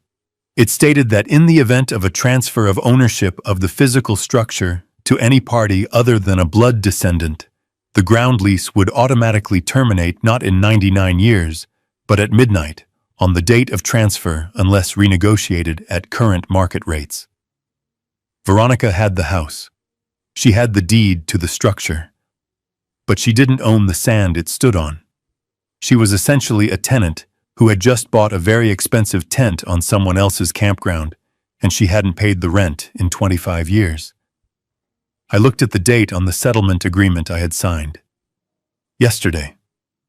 The clock started ticking the moment the judge stamped those papers. "Dad, what are you doing?" I looked up. Leo was standing in the doorway rubbing sleep from his eyes. He looked at the papers spread out on the floor, like a war map. "Just working, son," I said, gathering the papers quickly. "Just checking some old records." He walked over and picked up one of the site maps. It showed the Malibu property line. "Is that the house?" he asked, his voice tight. "It is," I said. "Why do you have it?" Leo asked, dropping the paper as if it burned him. "It is hers now. We don't live there. We are never going back." "Why torture yourself, Dad?" I looked at him. I looked at the confusion and the hurt in his face. I wanted to tell him. I wanted to scream it. But I couldn't. Not yet. The element of surprise was the only leverage we had. "I am not torturing myself, Leo," I said, standing up and placing the file back in the box. "I am just making sure the paperwork is in order. Sometimes, son, the things people throw away are the most valuable things of all. Go back to bed. Tomorrow is going to be a very busy day." He looked at me skeptically, but he was too tired to argue. He shuffled back to his room. I waited until his door clicked shut, then I grabbed my jacket and the metal box. I needed to make a delivery. I drove the truck through the sleeping city. The streets were empty, the streetlights reflecting off the hood. I pulled into the parking lot of a 24-hour diner near the airport. It was the kind of place where truck drivers and shift workers ate pie at 3 in the morning. In the back booth, a man was waiting for me. He was older than me, with skin like parchment paper and a suit that looked like it was from another era. He was drinking tea and reading a newspaper with a magnifying glass. This was Arthur. He had been my personal banker and trustee for 40 years. He knew where every body was buried because he had dug most of the holes. I slid into the booth opposite him. I didn't say hello, I just placed the metal box on the table between us. Arthur looked at the box, then at me. His eyes were clear and sharp behind his thick glasses. "You look like hell, Harrison," he said, his voice raspy. "I feel like hell, Arthur," I replied. "But I am waking up." Arthur nodded. He tapped the box. "Is this it?" "This is it," I said. "The Phoenix file." Arthur opened the box and took out the trust documents. He didn't need to read them. He had drafted them with me. He ran his hand over the paper like he was greeting an old friend. "I received the electronic notification of the title transfer from your lawyer this afternoon," Arthur said. "The deed to the Malibu residence and the New York unit has been recorded in the name of Veronica Clark." I nodded, signaling the waitress for coffee. "It is done then." It is done, Arthur confirmed. According to the bylaws of the trust, the transfer of the improvement triggered the termination clause of the ground lease. The lease expired technically at the moment of recording. However, we have a 24-hour grace period for notification. I checked my watch. It was 3 a.m. That gives us 21 hours, I said. Arthur pulled a folder from his briefcase. He opened it, revealing a stack of legal notices printed on heavy bond paper. They were eviction notices and demands for back rent and tax indemnification. I have taken the liberty of calculating the current market value of the ground rent, Arthur said, pushing a spreadsheet toward me. Malibu beachfront property has appreciated significantly since '98. Based on the square footage and the exclusivity of the location, the fair market rent for the land alone is $60,000 a month. I looked at the number. 60,000. It was staggering. And the taxes, I asked. Arthur smiled a dry, thin smile. Under the triple net terms of the original lease, the tenant is responsible for all property taxes on the land. Since you were both the tenant and the landlord effectively, you paid them. But now the tenant is Veronica. And since the lease has been terminated due to breach of transfer terms, the trust is entitled to claw back the last 10 years of property taxes as a penalty for the lease violation. I looked at the total at the bottom of the page. $500,000 in back taxes immediately due, plus the first month's rent, plus a security deposit. She will owe the trust nearly $750,000 by midnight tomorrow, I said. And if she cannot pay, Arthur said, closing the folder, the trust has the right to seize the improvements. The house, the furniture, everything on the land to satisfy the debt. She doesn't have the money, I said. I gave her $2 million, but she has likely already spent half of it on paying off her own debts and putting deposits down on her new life. She won't have the liquidity. Then she will be evicted, Arthur said simply. It is a mathematical certainty. I took a sip of the black coffee. It was bitter and hot. Serve her, Arthur, I said. Serve her at 1 minute past midnight. I want her to be sleeping in that bed, thinking she owns the world when the doorbell rings. Arthur nodded. We have a process server on retainer. He is very discreet and very persistent. He will deliver the package to the Malibu address and the New York address simultaneously. I reached across the table and shook Arthur's hand. His grip was surprisingly strong. Thank you, Arthur, for keeping this safe, for all these years. Arthur looked at me, his expression softening slightly. You built a fortress, Harrison, he said. You just forgot to live in it. Now you are using the bricks to bury your enemies. It is a valid strategy. I stood up, taking the metal box back.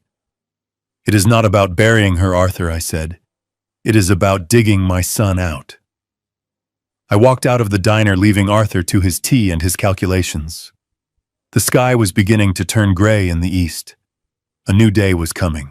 The day Veronica Clark would find out that gravity is a very harsh mistress. I drove back to the apartment, feeling the vibration of the engine in my bones. I wasn't tired anymore. I was electrified. I had given her the rope. I had watched her tie the knot. Now all I had to do was kick the chair away. When I got back to the apartment, Leo was awake, sitting on the couch, staring at the wall. Where did you go? He asked, not looking at me. I went to work, Leo, I said, walking into the kitchen to make him breakfast. I went to get our life back. He didn't ask what I meant. He just shook his head and turned away. He didn't believe me. Not yet. But he would. By tomorrow morning, he would understand everything. I sat down at the small dining table and watched the sun come up over the parking lot. The light hit the peeling paint and the cracked asphalt, making everything look stark and ugly. But for the first time since this nightmare began, the ugliness didn't bother me, because I knew it was temporary. The clock was ticking, tick, tick, tick. Every second brought Veronica closer to the edge of the cliff she didn't even know she was standing on. And I was going to enjoy the fall. The lights of the Malibu mansion were blazing so brightly, they probably served as a beacon for ships at sea. From where I sat in my darkened truck parked a quarter-mile down the coast highway, I could see the glow radiating into the night sky. It was the color of burning money. Veronica was not known for subtlety. She was throwing a housewarming party to end all housewarming parties, a coronation ceremony for the Queen of the Coast. Inside, I knew exactly what was happening. I could picture it with the clarity of a man who had watched her operate for a decade. The champagne would be vintage Dom Perignon, flowing like water into crystal flutes. The music would be loud, a thumping bass line shaking the floors I had laid myself. She would be wearing something white, something bridal, something that screamed innocence while she stood in the center of the wreckage she had caused. She was surrounded by her court. The tennis instructor was there, of course, probably wearing a linen suit she had bought him yesterday. Her friends from the club, the women who had whispered about me behind my back, were there drinking my wine and laughing at my expense.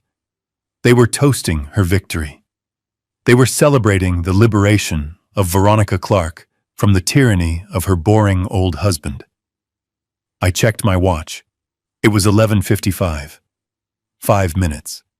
I imagined Veronica raising her glass. I could almost hear her voice, shrill and triumphant, cutting through the noise. To me, she would be saying, "To the Queen of the Castle, to getting what we deserve." She had no idea how right she was. She was about to get exactly what she deserved. At the service entrance of the estate, a nondescript gray sedan pulled up. It wasn't a guest. It wasn't a caterer. It was a man named Mr. Henderson, not my accountant, but a process server Arthur had hired. A man who specialized in delivering bad news to people who didn't want to hear it. He checked his watch. He waited. He was a professional. He wouldn't knock a second before midnight. The law is precise, and so was he. Inside the house, the party was reaching its peak. Veronica was likely giving a tour, showing off the master bedroom, showing off the ocean view from the balcony, boasting about how she had negotiated the settlement. She would be pointing out the art on the walls, claiming she had curated it. She would be touching the marble countertops, claiming ownership over every square inch of stone and glass. Midnight struck. The 12th chime of the grandfather clock in the hall would have been drowned out by the music, but the doorbell was loud. It was a deep, resonant gong that echoed through the house. Veronica probably frowned. Who could be arriving at midnight? Perhaps a surprise guest. Perhaps a celebrity. She loved surprises when they were wrapped in gold paper.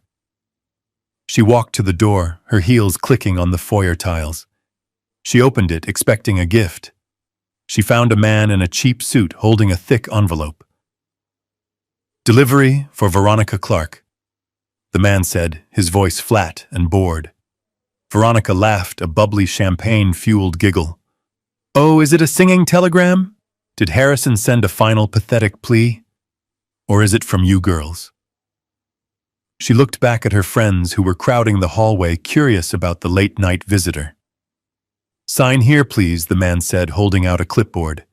She signed with a flourish.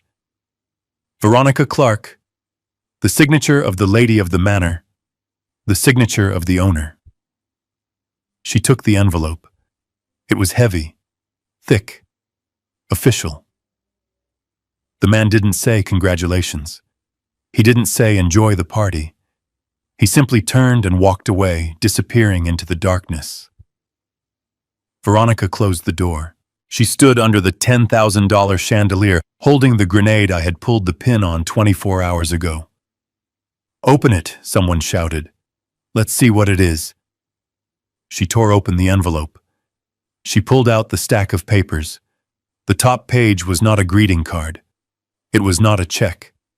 It was a legal notice printed on heavy bond paper with the letterhead of the Leo Clark Future Trust. She squinted, trying to focus her eyes. The alcohol was making the words swim, but the header was bold and impossible to miss. "Notice of termination of ground lease and demand for immediate removal of improvements." She read it again. Termination. Removal. Improvements. The words didn't make sense together. She owned the house. She had the deed. I had signed it over. She flipped the page. Notice of delinquent ground rent and tax indemnification. Amount due immediately. $742,000. She started to laugh. It was a loud, incredulous laugh that made her guests smile uncertainly. "What is it?" Veronica, her tennis player, asked, coming up behind her and wrapping his arms around her waist. "Who is it from?" "It is a joke," she screeched, waving the papers in the air. "It is a prank. Harrison is trying to be funny. Listen to this, everyone." She cleared her throat, striking a dramatic pose. "It says, I have to remove the improvements from the land." Remove the improvements. That means the house. He wants me to move the house. Can you believe it? He says the ground lease has expired. The guests laughed. It sounded absurd. Move a $15 million mansion. It was obviously a bitter old man's joke. He thinks he can scare me, she shouted, her voice rising with hysteria. He thinks he can ruin my night with fake legal papers. I own this house, Harrison. I have the deed. I have the keys. You gave it to me. She looked at the papers again, her eyes scanning the dense legal text. Pursuant to the terms of the 1998 trust agreement, ownership of the physical structure does not convey ownership of the underlying real property. Eviction proceedings will commence in 48 hours. She stopped laughing.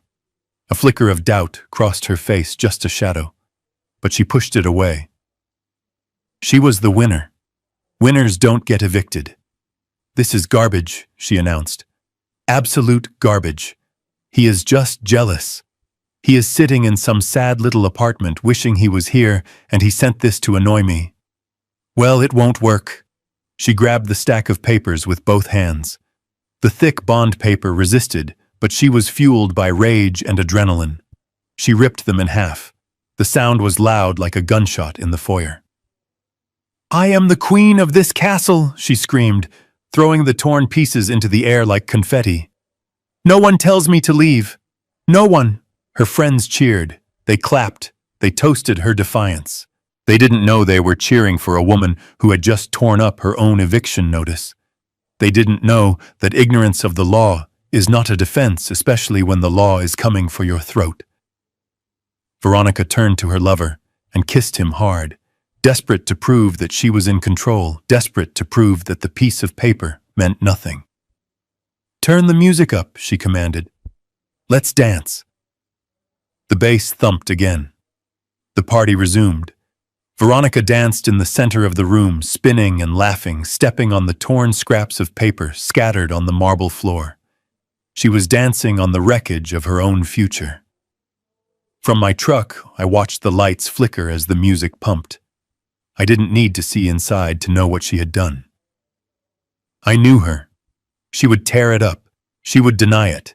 She would double down on her delusion. That was exactly what I wanted. By tearing up the notice, she had technically been served, but had chosen to ignore it.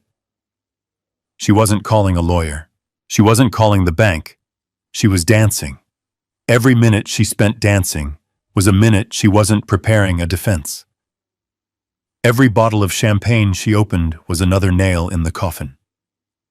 I put the truck in gear. My work here was done for the night. The seed of doubt had been planted, even if she tried to rip it out.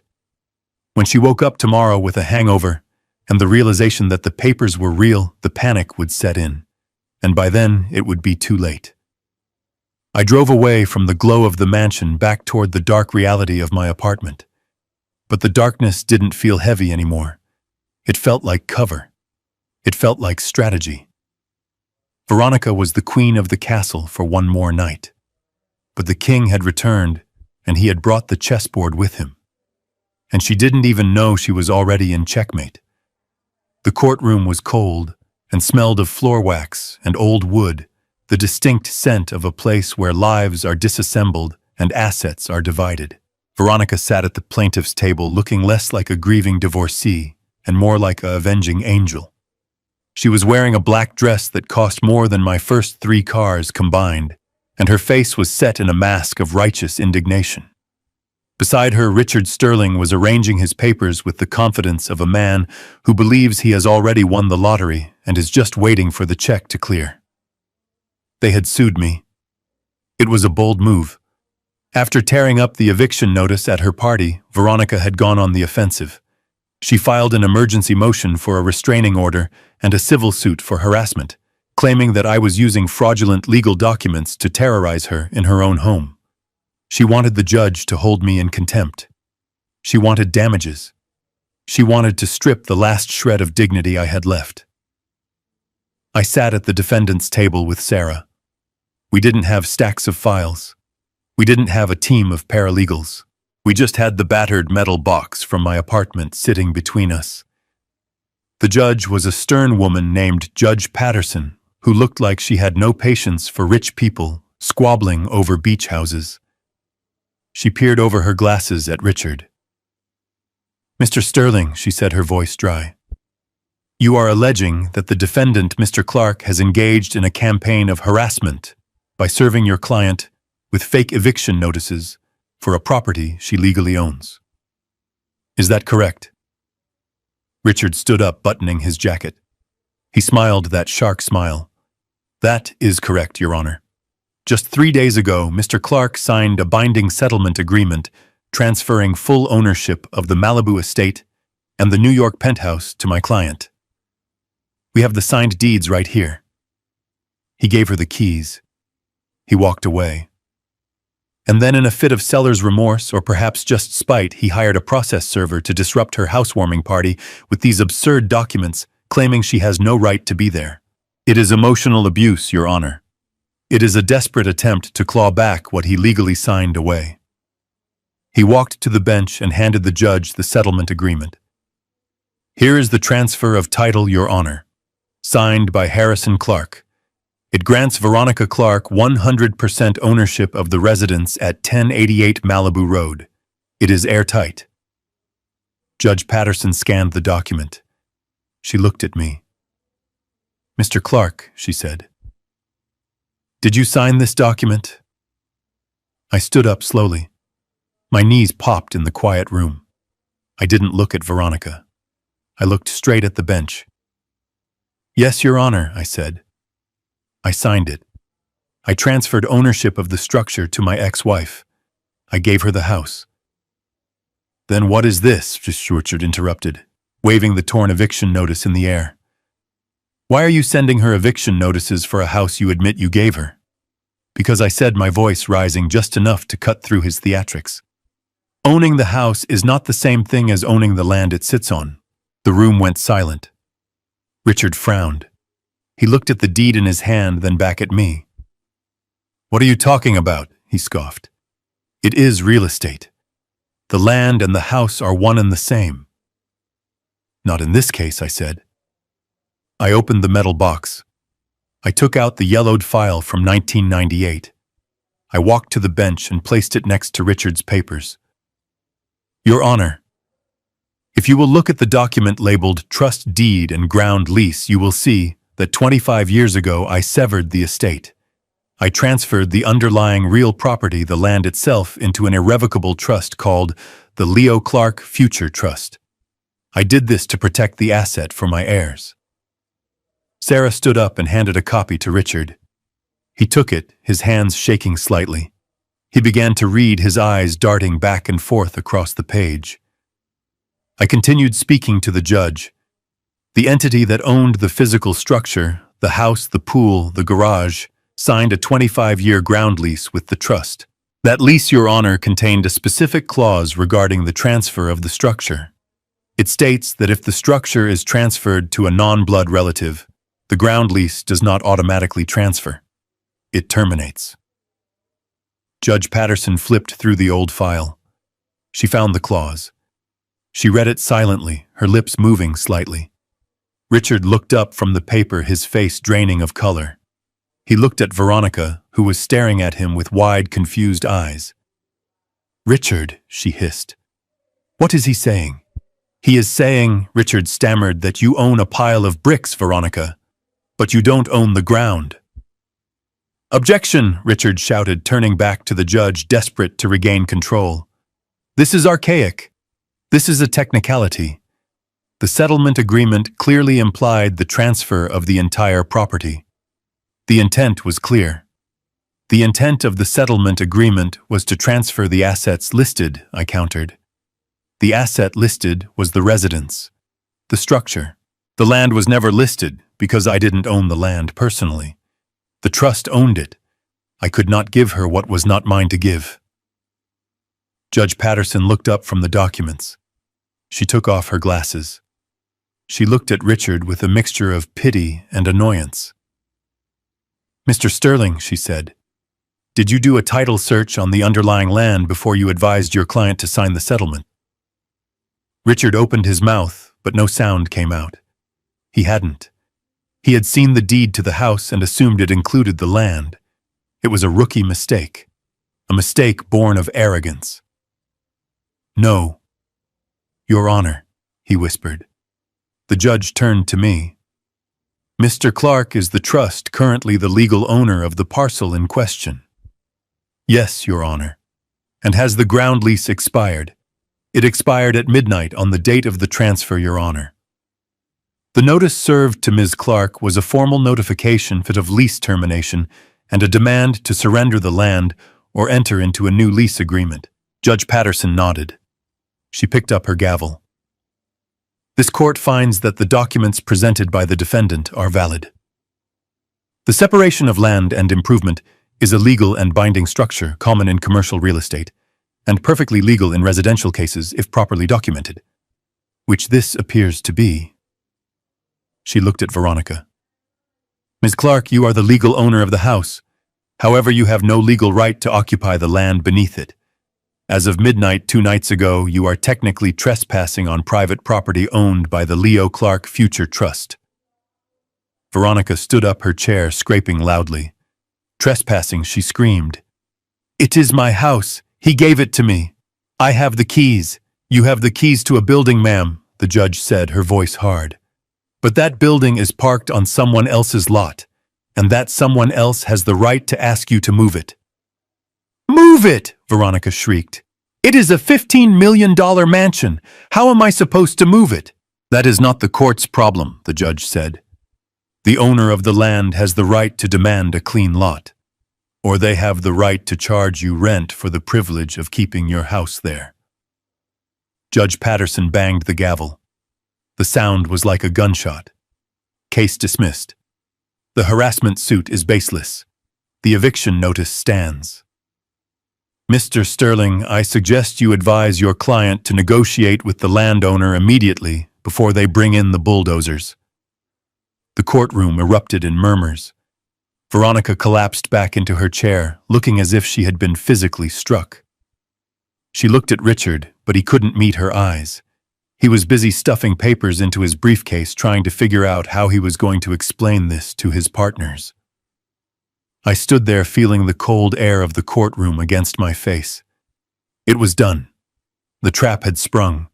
The jaws of the trust had snapped shut around her ankle, and she hadn't even seen the teeth until it was too late. Sarah leaned over to me.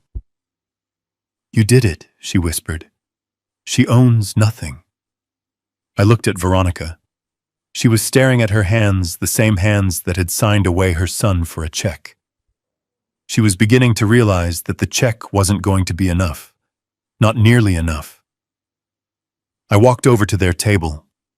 Richard stepped back as if I were radioactive. Veronica looked up at me, hatred and fear warring in her eyes. You tricked me, she spat. You old bastard. You tricked me. I didn't trick you, Veronica, I said, my voice calm. I gave you exactly what you asked for. You just didn't ask the right questions. I placed a card on the table in front of her. It was the business card for the trust administrator. Call him, I said. He has the new lease terms ready. She looked at the card. What terms? I smiled. Market rates. Veronica. Market rates. I turned and walked toward the door. I didn't need to stay for the aftermath. I knew what was coming next. The realization of the debt. The realization of the taxes. The realization that she was bankrupt. I walked out of the courtroom and into the hallway where Leo was waiting. He was sitting on a bench, his headphones around his neck, looking anxious. When he saw me, he stood up. "Dad," he asked. "What happened?" I put my arm around his shoulder. "Let's go get some pizza, son," I said. "We have a lot to talk about. And you have some papers to sign." "What papers?" he asked, falling into step beside me. "Landlord papers," I said. We walked toward the exit, leaving the wreckage of Veronica's life behind us. She had wanted the ground beneath her feet to be solid gold. Instead, she had found out it was a trapdoor, and she was still falling. The judge had left the bench, but Veronica was still frozen in her chair, a statue of disbelief carved from ice and arrogance. Her hands were clutching the edge of the mahogany table so tightly that her knuckles were white bone against her tanned skin. She looked like a woman who had just stepped off a cliff and was hovering in the air for that split second before gravity remembered its job. Sarah Jenkins, my attorney, walked around the table. She moved with the silent, predatory grace of a shark, sensing blood in the water. She held a single sheet of paper in her hand. It wasn't a court document. It was an invoice. She stopped right next to Veronica. She didn't shout. She didn't make a scene. She leaned down, her lips inches from Veronica's ear. The room was quiet enough that I could hear the rustle of the silk of her blouse. Sarah whispered 5 words, 5 simple syllables that carried more weight than the wrecking ball that was about to hit Veronica's life. "The land belongs to Leo." Veronica flinched as if she had been burned. She turned her head slowly to look at Sarah, her eyes wide and glassy. What she whispered, her voice barely audible. Sarah straightened up and placed the invoice on the table directly on top of the useless deed Veronica had been clinging to. "The trust," Sarah said, her voice projecting clearly now so Richard Sterling could hear every word. "The Leo Clark Future Trust. It is an irrevocable trust established for the sole benefit of Leo Clark. Harrison is the grantor, but Leo is the beneficiary. You just signed away your son, Veronica. And in doing so, you signed away the only leverage you had to stay on that property. You are now a tenant living on your son's land, and the landlord is calling in the debt." Veronica looked down at the paper. I watched her eyes track the lines of figures. I knew what was written there. Arthur and I had drafted it with precise, brutal clarity. Item 1, Sarah recited, pointing to the first figure. "Current market ground rent for beachfront property in Malibu, zip code 90265. Adjusted for inflation and demand. $60,000 per month. Effective immediately. Payable in advance. The first payment is due by close of business today." $60,000, Veronica choked out. That is impossible. No one pays that. "That is the rate," Sarah said coldly. "If you don't like it, you are free to move your house elsewhere." Item 2. Sarah continued, her finger moving down the page. "This is the painful part. Under the original ground lease terms, the tenant is responsible for all property taxes. However, since the previous owner of the structure was also the grantor of the trust, the taxes were paid directly. Now that the structure has transferred to a third party, a readjustment clause has been triggered. You are responsible for the immediate repayment of deferred tax benefits associated with the land usage for the last 7 years. She tapped the bottom line. "That comes to a total of $500,000, Sarah said. "Also due immediately." Veronica made a sound like a dying animal. $500,000. It was a quarter of the cash settlement I had just given her. Combined with the rent, she was looking at a bill of nearly $600,000 just to stay in the house for the first 30 days. "And if I don't pay?" She whispered, tears spilling over her mascara-stained cheeks.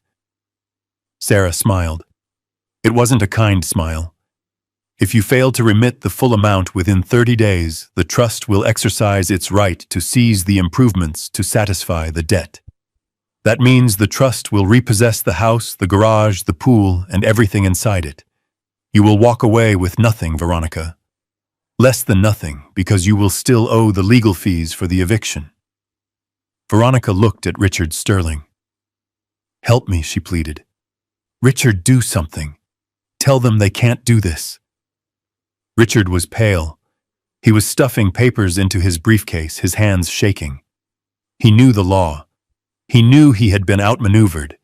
He knew that any judge looking at the trust documents would uphold the claim. He had committed malpractice by not checking the title, and he knew his career was flashing before his eyes. I need to review the documents, Miss Clark," Richard stammered, backing away from the table. We will be in touch." He turned and walked away, leaving his client alone in the ruins of her victory. But the final blow didn't come from the lawyers. It came from the gallery. The tennis instructor, the boy with the bleached hair and the linen suit, had been watching the entire exchange. He had heard the numbers. 60,000 a month, 500,000 in debt. He had heard that the mansion was a house of cards. He looked at Veronica. He looked at the tears streaming down her face. He looked at the invoice on the table. He did the math. He stood up slowly. He didn't go to her side. He didn't offer her a handkerchief. He checked his reflection in the glass partition of the gallery, smoothed his hair, and walked toward the exit. "Chad," Veronica called out, her voice shrill with panic. "Chad, where are you going?" Chad didn't look back. "I think I left my phone in the car," he muttered, pushing open the heavy courtroom doors and disappearing into the hallway. He wasn't coming back. The gravy train had just derailed and he was jumping off before it went over the cliff. Veronica was alone, truly, completely alone. The husband she betrayed was standing against her. The son she discarded owned the ground beneath her. The lover she bought had walked out. The lawyer she hired was fleeing. The house she stole was a trap. She looked at me one last time. Her face was a mask of absolute horror. The realization hit her like a physical blow. She hadn't won. She hadn't escaped. She had walked willingly into a cage and locked the door behind her. The color drained from her face, leaving it a sickly gray. Her eyes rolled back in her head. Her hands clawed at the air, as if trying to grab onto something solid, but there was nothing there. She screamed. It was a high, piercing sound of pure despair that echoed off the high ceilings of the courtroom. And then her knees gave out. She crumpled to the floor in a heap of expensive black silk and gold jewelry. The bailiff moved forward, calling for a medic. Sarah stepped back, avoiding the falling woman with a look of distaste. I watched her fall. I watched the woman who had terrorized my son collapse under the weight of her own greed. I didn't feel joy. I didn't feel triumph. I just felt a heavy sense of completion. The balance sheet was finally zeroed out. The debt was paid. I turned to Sarah. "Send the bill to her hospital room," I said. "And make sure Arthur files the lien on the cars by 5 o'clock. I don't want her selling a Porsche to pay the rent." Sarah nodded, closing her briefcase. "Consider it done, Harrison." I walked away from the commotion. I walked away from the woman on the floor. I walked toward the door where my son was waiting. The air in the hallway was fresh and cool. It smelled of freedom. The land belonged to Leo. The future belonged to Leo. And for the first time in a long time, I could breathe. The pepperoni pizza from the corner shop was greasy and lukewarm, the cardboard box stained with oil sitting on our wobbly laminate table, but after the sterile atmosphere of the courtroom, it tasted like a Michelin star meal. We were back in the cramped apartment, the air conditioner still rattling in the window, the faucet still occasionally dripping, despite my best efforts, but the heaviness that had permeated the air for the last 2 weeks was gone. It had been replaced by a strange electric calm. Leo sat across from me, holding a slice of pizza with one hand and scrolling through his phone with the other. He wasn't looking at social media. He was reading the news reports about the court case. The story had broken online. The headline read, "Malibu socialite evicted from own home in shocking legal twist." He put the phone down and looked at me. For the first time in months, the shadows under his eyes seemed lighter. A small, hesitant smile played at the corners of his mouth. "You are a scary genius, Dad," he said, shaking his head. "You planned that for 25 years. You knew she would do this." I took a sip of my Coca-Cola, the bubbles stinging my throat pleasantly. "I didn't know she would do this, Leo," I corrected him gently. "I hoped she wouldn't. I hoped she would be the partner I thought I married. I hoped she would love you the way a mother should. But in my line of work, you don't build a skyscraper without accounting for earthquakes. You don't hope the ground stays still. You build a foundation that can survive the shake." Leo picked at a piece of pepperoni. "So what happens now?" he asked. "Does she really have to move the house?" I wiped my hands on a paper napkin. "She has two choices," I explained, leaning back in the cheap metal chair. "She can pay the rent and the back taxes, which we know she cannot afford. Or she can try to sell the house to a third party." Leo frowned. "But who would buy it if the rent is $60,000 a month?" "Exactly," I said, pointing a finger at him. "No one. No sane investor will touch a property with that kind of carrying cost and a hostile landlord. She will list it for $15 million, then 10, then 5. It will sit on the market for months, bleeding her dry. Eventually, she will be desperate. She will be facing bankruptcy. She will have to sell it for pennies on the dollar just to get out from under the debt. And who will buy it?"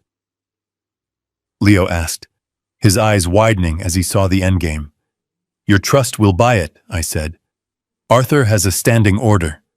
When the price drops below $1 million, which is basically the scrap value of the materials, the trust will step in and make a cash offer. We will buy back our own house for a fraction of what I paid for it. And since the trust owns the land, the ground lease issue disappears the moment the title transfers to the trust." Leo let out a low whistle. "So we get the house back, and we keep the money you gave her because she has to give it back to pay the taxes." I nodded. "In theory, yes. By the time the lawyers and the taxman are done with her, she will be lucky to walk away with enough for a used Honda." She wanted to strip us bare, Leo. Instead, she stripped herself. Leo looked down at his hands. "It is brutal," he whispered. "It is justice," I said firmly. "But listen to me, Leo, and listen closely." I waited until he looked me in the eye. "This money, this house, this power you now hold as the beneficiary of the trust. It is not a toy. It is not for buying sports cars or impressing girls or looking down on people. You saw what greed did to your mother. You saw how it ate her alive." I tapped the table for emphasis. "The income from the ground rent until we buy the house back will not go into your pocket. It goes into a sub-account for your education. After that, any surplus goes to the Hector Vance Foundation for homeless families. You will not see a dime of discretionary spending money until you graduate college with a degree and a job. You will drive this truck. You will work summers. Do you understand?" Leo didn't argue. He didn't complain. He looked at me with a maturity that hadn't been there yesterday. He had grown up in that courtroom. He had seen the face of the devil, and he had seen the sword of justice, and he understood the difference. "Understand, Dad," he said. "I don't want to be like her. I want to be like you." I felt a lump in my throat that no amount of soda could wash away. "Don't be like me, son," I said softly. "Be better than me." I waited too long to act. "I let her hurt you because I was trying to keep the peace. You be stronger. You stand up for yourself sooner." Leo picked up his can of Coke. He held it out across the table. "To the ground beneath our feet," he said. I picked up my can and clinked it against his. The sound was tinny and hollow, not like crystal champagne flutes, but it was the best sound I had heard in years. To the ground beneath our feet, I repeated, and to knowing who owns it. We finished our pizza in comfortable silence. The apartment was still ugly. The view was still a dumpster. But it didn't matter. We weren't staying here. And we weren't going back to the mansion either, not really. We were going forward. I looked out the window. The sun was setting over the city, casting long shadows across the parking lot. I thought of Veronica probably waking up in a hospital room right now, realizing that her life was over. I felt a moment of pity, just a flicker, and then it was gone. She had made her choices. I looked at Leo. He was laughing at something on his phone, a genuine teenage laugh. He was safe. He was protected. He was going to be okay. I leaned back in my chair and closed my eyes. For the first time in 25 years, I didn't have to worry about the foundation. I didn't have to worry about the lease. The contract was fulfilled. The debt was paid. I smiled a small, private smile. Let the world think I was a broken old man. Let them think I had lost. I knew the truth. I had just closed the biggest deal of my life, and the profit wasn't measured in dollars. It was sitting right across the table from me, finishing his crust. Life, I decided, was going to be just fine.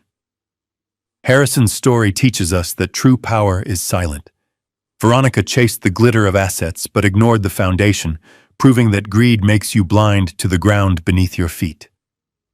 In negotiations and in life, the person who speaks first often loses, but the one who prepares decades in advance always wins. Real wealth is not the mansion you display to the world, but the legacy you protect for your children. Never mistake silence for weakness, because while the loud are busy celebrating their temporary victories, the wise are quietly owning the land they stand on. If you enjoyed seeing justice served cold, please hit that like button to support the channel. Subscribe and turn on notifications so you never miss a story of karma striking back. Let me know in the comments, would you have waited 25 years to spring the trap? See you in the next story.